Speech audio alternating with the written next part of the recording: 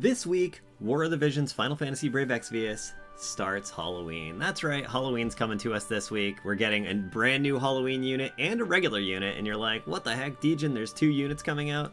Yeah, there's 2 units coming out, wah wah, but they're only 70 cost units at least, so only one of these is a Halloween unit, and that is Halloween Lucio. And his main job is Axe Knight. He is 70 cost. We're also getting Gernsback, who, if you've been following the story at all in this game, you definitely have seen Gernsback quite a lot in the story for a while now. So it's cool to actually finally get him as a playable character in the game. I'm surprised he's only a 70 cost, because I feel like they portray him as a very strong character in the story. And not to say that 70 cost is weak, and I have a feeling this guy is actually an insanely good unit, so... But yeah, let's get into it a little bit more. So Halloween Lucio is an Axe Knight, a Lancer, so he's also got piercing. Gernsback isn't the only piercer on the block this week, and a duelist, which is also another slashing job. So yeah, I don't know. I'm excited. He's Earth as well, so I wonder, like, I don't know how this character is going to actually turn out, but I wonder if he's kind of going to be maybe a counter for... Elia the Alabaster, whereas Gernsback's water, so maybe he'll be a counter for Soul, even though they're both 100 cost units, so they're still going to be forces to reckon with no matter what. But at least these are like the counter elements, I guess, so maybe that's the thought process here, I don't know. But either way, I'm super excited for this. This is my one, like, freaking hope, Gumi. I really hope that these guys have those cheap 9-step 18k guarantee banners. They're 70 cost units, and I think every other 70 cost unit we've got for the past, like, year has had that. That one chick we got, Ravis, Winter Ravis, had the 18k. The 70 cost light unit, Light Miranda, she had the 18k. Who else? Shalzy, I think. Did she have the 18k? And what about that ice guy, Grippard? Was he 70 cost? I can't remember. Some of these units are 70 cost, some are 90 cost, I think. But I think the 90 costs are like the collab units, so I think all of the units I just named off had 18k banners. I know this dude is a Halloween unit, but Christmas Ravis had it. Come on, Gooby, please don't screw us here. Anyways, I'm hoping for the 18k guarantee, because if so, then I'll possibly be able to get this guy. I'm not going to be able to get both, unless I have some kind of insane luck streak. Now, they are 70 costs, so... you know, that means they shouldn't be as hard to get as the normal barrage of 100 costs as well. So that's cool. But yeah, so Gernsback here, he is High Dragoon, Sniper, and Nightblade. So he's got actually piercing, missile, and slashing. And yeah, he's water-based. But I heard that he's really good. Like, he's been out in JP now for a while. As far as Lucio goes, Lucio has not been out in anything, so I don't know anything about Lucio. But as far as Gernsback goes, I know he's only 70 cost, but I've heard amazing things about him, performing really well and just holding his own against the modern day, like, meta teams. So that's kind of exciting, and I was looking forward to him for that. Unfortunately, I'm more than likely going to have to skip Gernsback just because there's been too much stuff to pull for, honestly. So unless I get him, like, super luckily on, like, a free pull, there are a lot of tickets for these guys and stuff, so I'm probably going to have to skip, but I am going to go all in on Lucio. I actually cannot wait for Lucio. But Gernsback will be a cool, even if I miss him here, 70 cost, probably pick him up down the line sometime, not a big deal. But yeah. And also, yeah, you'll see here, Lucio is only available for a limited period. Gernsback is available forever once he comes out. He'll be in the normal pool. All of the Halloween units and Gernsback will be in the Chocobo Expedition. Now check this out. This is what I wanted to show. That's the thing I just clicked on. This is what I wanted to show. The login gifts. So first of all, we're getting shards for both of them, which is great. I feel like a lot of times if 2 units come out at the same time, we only end up getting shards for one of them. Nope, 40 shards for both, 10 and 10, and then 30 and 30. Amazing. But also... there's 20 Halloween Mind Spheres on top of all the Lucio shards, so that's even better. But check this out. Days 3 and 4. Straight up 4 summon tickets for Gernsback on day 3. And then 4 summon tickets for Lucio on day 4. Also, I'm hoping that... I know Lucio is a kind of a holiday thing, so I don't know if they'll have this. But I'm hoping that they'll have the... you know, the 1 ticket we can buy a day for Gil. Or no, is it for Gil or is it just free? Either way, you know how we get 1 ticket a day sometimes for certain units in the shop? I really hope Lucio gets that treatment. That would be sweet. That means we'd get basically a free 11 pull for each of them, assuming you log in every day and pick up those tickets. So that's kind of cool. They're 70 costs, so you have a much better chance of getting them than you would a normal, like 100 cost. It's sad that I'm now calling 100 cost units normal, but in reality, in the year 2023, 100 cost is normal, and anything that's less than 100 cost is abnormal, so yeah. Anyways, there's some campaigns here where you get, like, multiplied coins and stuff. The Reincarnation Festival is the other big thing I wanted to talk about today. These units all won their, like, popularity poll for each element. So we have King Mont for fire, Vega for lightning, Elia Rundal for ice, Perrine for water, Wind got Glaciella Flagbearer of Reform, Light is Wing Stern, Dialdo for Earth, and Dark got Wrath. Now, what this means is for every single one of these units on this list, they are going to basically get a crazy buff this week, not to their stats and stuff, but for just acquiring their shards and transcending. So they're going to get double or triple shards in hard quests. Triple up in hard quests. They're going to get triple time halved or whatever in the barracks. So basically, if you have any of these units, make sure you're running their hard quests for the portion of this event, and you have them in the barracks, because you'll be getting triple the amount of shards for normal. So like, say you want a ton of shards for Dialdo to transcend him, or maybe you only have LB3 Dialdo and you want to get enough shards to get him to LB5 and beyond. Slap him in the hard quest, slap him in the barracks. His shards are going to be flowing in this week, and that goes for every single one of these. Now, there's not enough barrack slots to go for all of them, but, you know, pick the ones you want, and same thing for hard quests. For me personally, I think I'm going to really work hard on Raph and Dialdo. I think these are two solid options. I think Wing Stern and Flagbearer Glacier are also amazing options. Perrine, I do not have Perrine. She's the only character on this list that I actually have never got. So Perrine, I won't be able to get here. Maybe they'll have some kind of, like, guarantee banner for each one of these characters, since I doubt it, but you never know. Maybe they'll have like a banner with a select where you can select one of these units. I don't know, I'm just guessing here, but if not, I just don't have Perrine, so not a big deal. But I'm gonna go pretty ham on Dialdo and Raph, and then my Wing Stern, I never built him. I pulled him in a random pull a couple months ago. I do have enough shards for his, like, LB5 and stuff, and some Mind Spheres for him, but I can't actually transcend him yet, I don't think. But maybe with soul medals I can. And then Vega. Vega is another amazing character. I love this guy. I don't see him a ton, but I've actually seen a little resurgence of him with a few people running him with Elia the Alabaster. And then Elia and King Mont.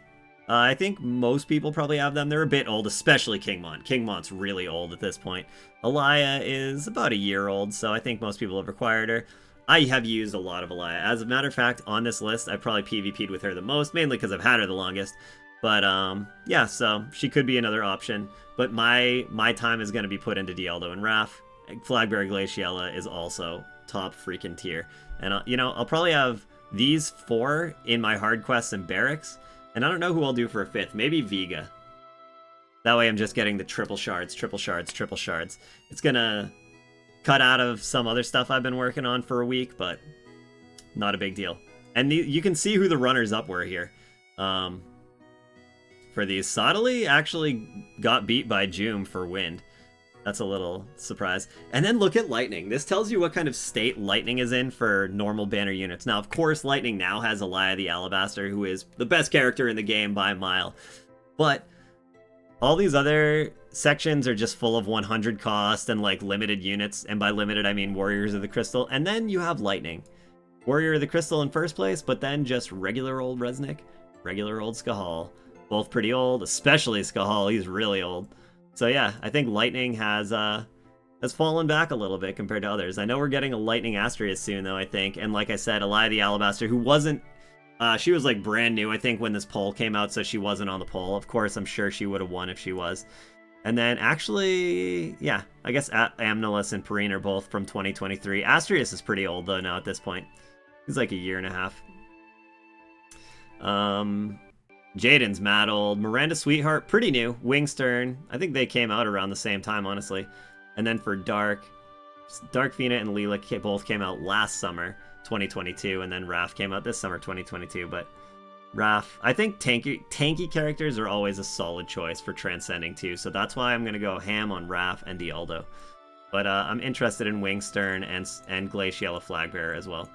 Anyways, that's pretty much the Reincarnation Festival. Let me know what you guys are going to do with this festival. Are you going to ignore it? Are you going to go ham on any of these characters? Are you going to keep building Final Fantasy VIII? What are you going to do? I'm curious. I don't know how other people are going to do this thing. But, oh, did I mention the most important part? I don't even think I said it. When you transcend them, it's only going to be half the scrolls of Vasectomy. So, yeah, I think that's the most important thing, and I completely forgot about it. I was just thinking, like, the shards. But, yeah. Oh, yeah, and also, by the way, they all get 5 times JP this week if you're running them in parties. And here's a little other tidbit. All the drops, JP, EXP, and drops, which means shards for these characters in the Waylate, what the heck is this called? The Farplane archives.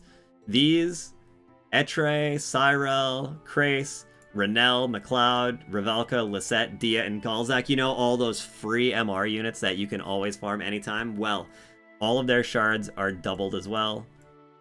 And that means if you want to transcend any of them at any time ever, no better time now than to farm them with double XP. I mean, double shard drops, actually, not even the XP. But yeah, that's the big thing there. But yeah, let's see. Let me see if I can find... I'm all over the place. I'm so sorry. This is turning out to be quite the wreck. Scroll consumption halved, yes. So during the period, the number of scrolls of vicissitude needed to perform a reincarnation during Transcendence for the first place winners. So all the leaders that I was showing, they're only going to require half the scrolls of vicissitude. So that is actually super good. And that's why I think to work on any of these units is super beneficial. I haven't reincarnated anyone in a long time. Pretty much since the anniversary, I did Sephiroth, and that's pretty much it. So I have a lot of scrolls saved up. Probably almost 4,000, at least 3,500. Anyways, sorry, that was a very long-winded speech. But the weapons for Galzak and Lucio are going to be there. A Burst Core Ruin is going to be out this week. I'm going to try to get through the rest of this real quick, because you guys don't even care anymore. We are through all the juicy stuff. Class match now active. There's going to be a Guild Battle Supremacy. Ooh, these are always good, and it's in a spooky time of year. Ooh. Guild Battle Supremacies can either be amazing for you or suck, depending on what bracket you get put in. New update to units. So the transcendable units this week are all the Halloween units and Gernsback. MA2 for Halloween Lucia. She's going to love that. Unit with Limit Burst enhancements. Little Leela, Ryryu, Frederica, and Halloween Lucia. These are all the Halloween versions. And then units that are going, or not units, but gear that's going to get a +6. Volf Bow, Gilded Devils, and Diaries of a Mischievous Witch. Ooh. And let's see, I think that's about it as far as the big news goes. Oh, there's going to be a PvP tournament, the Saiga Cup. I missed this when I went over the news before this. So that's pretty cool. We can usually unlock some scrolls of vicissitude. It's going to be October 21st, 1700. Oh, this is the viewer rewards. When is the stream, though? 1600. So wait, 1700. I don't know. The stream is going to be sometime. We're all in different time zones. We'll figure it out. I'll post it in Discord whenever it goes live, too. If I'm alive at the time, I will definitely be. Anyways, yeah, here's some other stuff, actually. The front line. Accuracy and evade are going to be displayed on the stat screen. Arena opponent select screen, you'll be able to change your team and, like, go into your team comp from there now instead of having to back all the way out to move your team around. Quick pick match rules will become available in friendly matches. This actually excites me right here. Chat function update improvements. Check this out. The second thing is the part that's exciting, but chat mentions and group chats are planned to be added to make chat interaction smoother based on participant numbers of topics. But check this out, check this out, check this out. The variety of stamps that can be used in chats will be increased. I've always wondered that. I mean, they added the stamps a while back, and I think they added a little bit more at some point. But it's like, man, we need way more stamps. There's so many characters in this game. We could be conveying so many emotion through stamps. But they just haven't given us any new stamps in a long time. To me, this is the biggest news of the week, honestly. Stamps. More stamps for the guild chat and stuff, I think. But yeah. The total value of unlocked panel effect will be displayed on the Esper training board. The function of automatic repeat, reincarnation, batch enhance, desired number of times will be added to transcendence.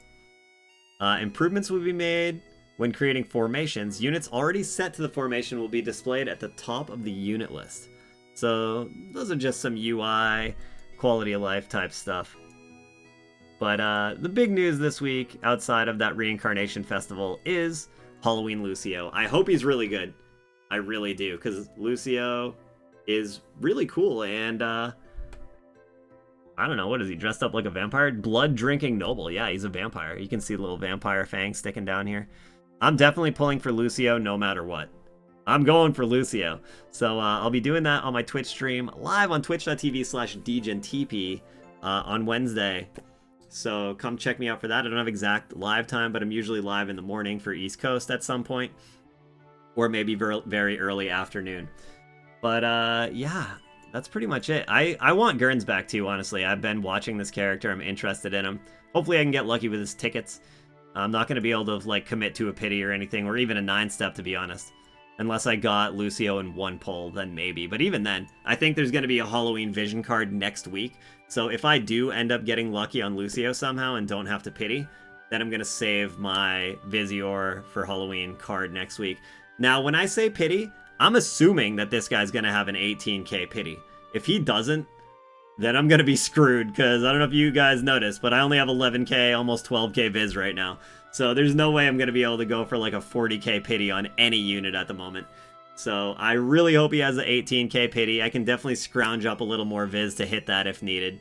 But yeah, other than that, let me know, what do you guys think? Are you excited for Halloween Lucio? I think Halloween in games is always really fun. Look, I even got my Halloween background here.